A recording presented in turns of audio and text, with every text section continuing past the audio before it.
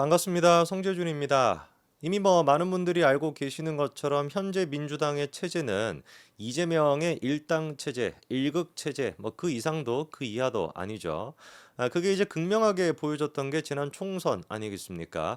비명 행사라고 하는 무슨 고사성어 같은 그런 게 이제 만들어지기도 했었죠, 그렇죠? 비명 행사라고 하는 게 뭡니까? 글자 그대로 비명. 이재명을 따르지 않는 사람들은 횡사를 했다라는 겁니다. 비명이라고 해도 돼요, 그렇죠? 비명계가 막 비명을 질렀다라고. 정말 이렇게까지 할 수 있을까? 조금이라도 이재명이야 그래도 눈치라도 보는 척이라도 해서 몇 명은 살려주지 않을까라는 생각이 있는데 그렇게 몇 명 살려줬던 케이스가 고민정 같은 사람인데 고민정이야 비명이라고 보기도 어렵잖아요. 고민정 같은 경우는 그냥 좀 그냥 기회주의자라고 봐야 되는 거죠, 그렇죠? 문재인을 지지하기도 하고 이재명을 지지하기도 하고 그런 이제 좀 뭔가 이도저도 아닌 그런 애들만 살려주고 완벽하게 비명 쪽을 갖다가 제거하는 임종석 같은 사람도 확 그냥 제거를 해버리는 이해찬조차도 만류했지만 확 그냥 임종석을 제거할 그런 어떤 총선을 우리가 목격하지 않았습니까? 근데 놀라웠던 거는 그렇게까지 비명 행사를 했고 친문계가 완전히 전멸하다시피 했음에도 불구하고 그 친명계를 이끌 수 있는 구심점이라고 할 수 있는 이낙연은 너무나 힘이 없었다라는 거. 그나마 이번에 이제 김명수가 또 나오다 보니까 김명수에 대해 가지고 친문계가 다시 결집할 수 있는 그런 어떤 효과가 있지 않겠냐 이런 지금 얘기도 나오고는 있죠, 그렇죠? 김명수 본인 스스로는 다음에 이제 그 선거에 나올 수는 없으니까 그나마 이제 그 선거 전까지 이재명의 세력을 견제하고 이재명을 떨어뜨릴 수 있는 그런 역할만 해주면 표만 이제 분산시키는 역할만 해준다면은 사실 우리 입장에서는 땡큐 아니겠습니까? 다음 대선에서 이재명만 막게 된다면은 이재명은 어디로 갈 테니까. 저기 국립호텔 같은 데 가가지고 무료 급식 같은 거 먹게 될 테니까 그렇잖아요. 자, 그래서 이런 면에서 봤을 때 이재명의 체제 자체가 지금까지는 그래도 견고하게 유지가 되고 있지만 김경수부터 시작해가지고 조금씩 분열의 조짐이 나타나고 있는데 이번에 좀 놀라운 충격적인 폭로 한 가지가 나왔습니다. 지난 총선 때까지만 하더라도 이재명의 호위무사 같은 역할을 하면서 개딸들한테 열화 같은 호응을 받았고 이번에 이제 민주당의 전당대회 초반까지만 하더라도 마찬가지로 개딸들의 열화 같은 호응을 받았던 인물 그 인물이 바로 누굽니까? 정봉주거든요. 이 정봉주에 대해 가지고 민주당 원내에서는 아무리 그래도 그렇지 최고위원인데 어떻게 지금 원외에 있는 사람 지금 국회의원이 되지도 않았고 민주당에 사실상 탈당을 하다시피 했던 그런 사람에 대해 가지고 최고위원이 될 수가 있냐라고 하는 게 원내 의견이었는데 그거를 원래 무시했던 게 뭐였습니까? 개딸들의 화력이었죠. 야, 뭔 소리야? 정봉주 같은 사람이 최고위원이 돼야지. 막 이런 식으로 개딸들이 정봉주를 밀고 있었는데 그거를 딱 커트를 시킨 게 누구다? 이재명입니다. 이상하게도 이재명 같은 경우는 이번에 최고위원회 런닝메이트를 사실상 정봉주로 삼지 않고 정봉주를 제거하는 듯한 모양새를 취하고 있는데요. 이재명한테 배신당한 정봉주가 주변 사람들한테는 내가 가만히 있지 않겠다라고 폭탄 발언을 일삼고 있다고 합니다. 도대체 어떻게 지금 굴러먹고 있는 직구멍인지 한번 봐야 되겠죠, 그렇죠? 직구석인지. 정봉주가 일단 인터뷰를 했었는데 이런 얘기를 하고 있어요. 겉으로는 이재명 시대를 앞당길 것이다. 원외 전사 한 명쯤은 필요하다라고 얘기를 하고 있습니다. 그러면서 자기를 둘러싼 그 막말 리스크는 이렇게 얘기를 해요. 오해이고 억측이래요. 얘네들은 다 오해라고 합니다. 그죠? 다 억측이고. 그러면서 리스크 때문에 당이 피해 본 적이 없다. 혹시 리스크가 생기더라도 내 문제는 내가 안고 간다. 아니 리스크가 어떻게 민주당한테 피해가 안 됩니까? 물론 그렇게 생각하고 계시면 좋죠. 우리로서는 땡큐죠, 그렇죠? 땡큐죠. 그렇게 생각을 가지시고 최고위원까지 돼가지고 다시 이제 또 막말 리스크가 불거지게 된다면은 민주당이 자멸의 길로 갈 테니까 우리로서는 땡큐인데 민주당 입장에서는 좀 얼토당토하는 얘기 아니겠습니까? 그 본인의 리스크가 될 수가 있나요? 그런 사람은 그냥 산속에 들어가서 본인 혼자 사시든지. 최고위원이 되겠다라는 거 아닙니까? 그 최고위원이 되는 순간 자기의 문제가 당의 문제가 되는 건데 우리로서는 사실 걱정할 필요가 없고 알아서 하세요. 민주당이 그렇게 자멸하겠다라고 하니까. 자, 그러면서 이제 좀 중요한 질문이 있습니다. 경선 초반에 돌풍이 한풀 꺾였다. 순위도 1위에서 2위로 내려갔다라는 것이죠. 그렇죠? 이유가 뭐겠습니까? 이재명 픽이 아니었기 때문에. 처음에 개딸들은 당연히 이재명의 픽이 정봉주라고 생각했다가 그게 아니었죠. 김민석이었고 한준호 아니었습니까? 그러다 보니까 지금 2위로 밀리고 3위까지도 밀릴 수 있는 그런 위기인데 그거에 대해서 일단 정봉주가 뭐라고 분석을 하냐? 김민석 한준호 후보가 마케팅을 잘했다 이렇게 얘기합니다. 이재명이 그들을 지원하는 듯한 이미지가 퍼졌고 사실 여부와 관계없이 그게 성공했다. 뉘앙스가 좀 눈에 띄죠, 그쵸? 뭐라고 하는 겁니까?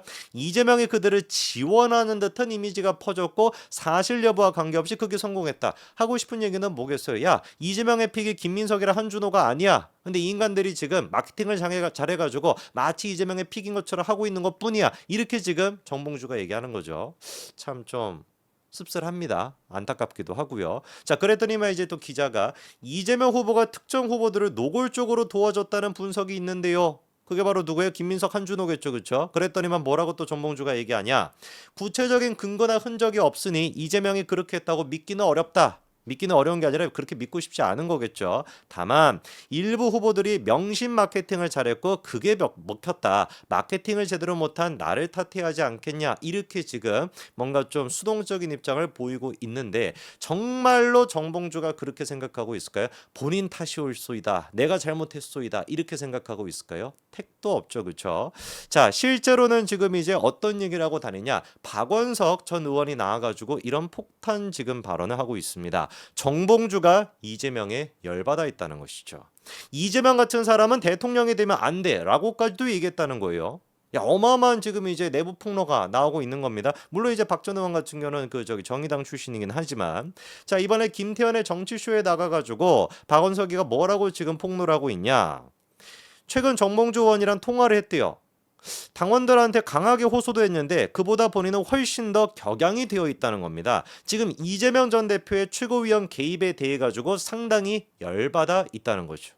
실제로 이번에 경선이 끝나고 난 뒤에 지방 경선이 끝나고 기자들한테 정봉주가 굉장히 좀 세게 얘기하지 않았습니까? 이재명에 대해 가지고 사실상 비판을 하고 있는 그런 모습까지도 보였는데 그게 이제 걱정이 돼 가지고 박원석이가 전화를 또 걸었다라는 거예요. 야, 당신 이렇게 좀 세게 얘기해도 괜찮겠어? 이런 식으로 이제 염려 섞인 얘기를 했더니만 정봉주가 그 얘기를 듣고 뭐라고 얘기하냐?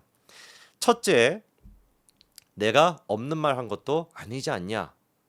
둘째, 5명 안에만 들어가면 되지 않냐? 실제로 최고위원 5명을 뽑으니까 5명 안에만 들어가면 되는 거 아니냐? 지금 정봉주 같은 경우는 3위 정도를 하고 있는 상태입니다. 자, 그런데 누적 이제 표를 봤었을 때는 일단 김민석이가 17.67%로 최근에 정봉주를 앞섰어요. 근데 그것도 좀 미묘합니다. 정봉주가 17.43%거든요.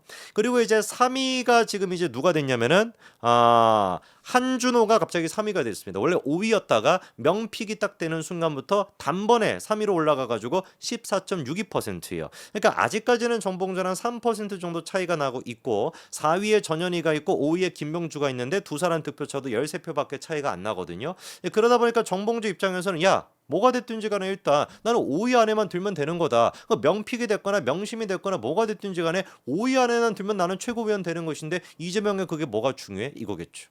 그런데 이재명한테 지금 어마어마하게 견제를 받고 있지 않겠습니까? 그러면 그 또라이 같은 정봉주가 가만히 당하고만 있겠냐고요. 부글부글 끓겠죠. 그래가지고 셋째로 지금 얘기했던 게 뭐냐? 이게 제일 중요한데 첫째는 뭐였어요? 내가 없는 말한 것도 아니다. 둘째는 뭐다? 5명 안에만 들면 된다. 그리고 셋째가 중요한 게 뭐냐? 최고위원회는 만장일치다. 두고 봐. 내가 들어가면 어떻게 하는지. 이렇게 박원석한테 얘기했다는 거예요. 최고위원은 만장일치다. 즉 5명 가운데 1명이라도 만약에 반대하게 된다면은 이거 말짱 도록묵이 된다는 거죠. 그러면서 하는 얘기가 뭐예요? 두고 봐. 내가 들어가면 어떻게 할지. 이게 뭐겠습니까? 이재명의 뜻이 A다라고 할지라도 최고위원 회의에서 내가 최고위원에 딱 되는 순간 나는 B라고 얘기할 것이다. 이재명이 B라고 얘기하면 나는 A라고 얘기할 것이다. 어떤 수단과 방법을 가리지 않고 만장일치제인 최고위원 회의에서 내가 깽판을 놓을 거다. 이렇게 지금 선포하고 있는 겁니다. 우리는 뭐 하면 되겠어요? 옆에서 팝콘 먹으면서 구경하면 되죠.